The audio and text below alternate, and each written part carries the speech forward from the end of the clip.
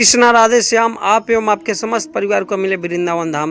राधे राधे। तो मित्रों, अभी आप दर्शन कर रहे हैं श्री धाम गोवर्धन जी का मित्रों। और ये सुरभि कुंड है। सुरभि कुंड में एक ऐसे संत का दर्शन हुआ है जो यहाँ के विषय में बताएंगे और वल्लभाचार्य जी के बारे में यहाँ के विषय में बताएंगे। तो आपके चरणों में साष्टांग नमन, प्रणाम प्रभु जी। जय श्री राम। ये वल्लभाचार्य जी विराजमान है और वल्लभाचार्य जी इन्होंने वल्लभाचार्य जी से पुष्टि मार्ग चला है। जैसे परमानंद दास जी, सूरदास जी का वो पद गाया हुआ है, सबसे ऊंची प्रेम सगाई, वो सूरदास जी का गाया हुआ। सूरदास जी वल्लभाचार्य जी के शिष्य थे। एक बार कोई संत जो राजन दास जी है, राजन दास जी के जो गुरु जी थे, उनके पास कोई साधु गया और उन्होंने कहा कि महाराज जी, शिष्य बनाने की, चेला बनाने की कोई विशेष विधि है क्या? एक बार कोई संत किसी सिद्ध साधु के पास गया और सिद्ध संत के पास जाकर कहा कि महाराज, कोई शिष्य बनाने का विशेष विधि विधान है क्या? तो उन्होंने बताया कि विशेष विधि विधान यह है कि रामायण की एक चौपाई है तुलसीदास जी की लिखी हुई, उस चौपाई की एक माला जप लिया करो और फिर किसी को दीक्षा दिया करो। तो कहा महाराज वो कौन सी चौपाई है?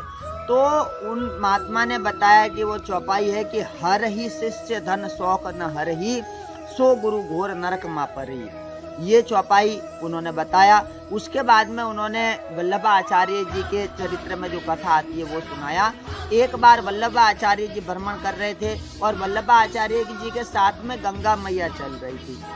तो गंगा मैया ने वल्लभाचार्य जी को कहा कि अरे आचार्य जी थोड़ा दौड़ो, तेज चलो, आगे एक मगरमच्छ है, उसको सब कीड़ी मकोड़े काट रहे, खा रहे, चलो उसको छुड़ाते हैं। वल्लभाचार्य जी ने गंगा मैया को कहा कि पहले आप ये बताइए कि इतने कीड़ी मकोड़े इस अजगर को क्यों खा रहे हैं?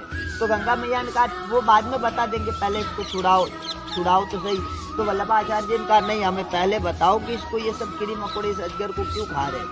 तब गंगा मैया ने कहा कि ये जो अजगर है, इसने बहुत सारे, ये जब मानव शरीर धारण किया था तो इसने बहुत सारे शिष्य बना लिए और बहुत सारे शिष्य बनाने के बाद ये शिष्यों का कल्याण न कर पाया, उनको ऐसा ज्ञान न दे पाया, भक्ति मार्ग का रास्ता न बता पाया और उनको भव सागर से पार नहीं कर पाया। इसके लिए ये अजगर बना और ये जितने भी कीड़ी मकोड़े थे ये अब इसके शिष्य ही कीड़ी मकोड़े बने और वो इसको सब खा रहे हैं।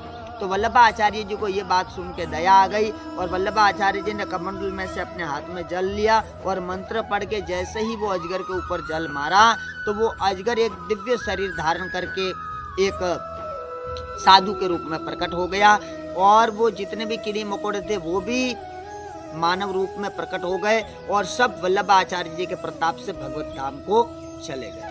ऐसे वल्लभाचार्य जी की महिमा है। बोलो वल्लभाचार्य जी की जय हो, जय।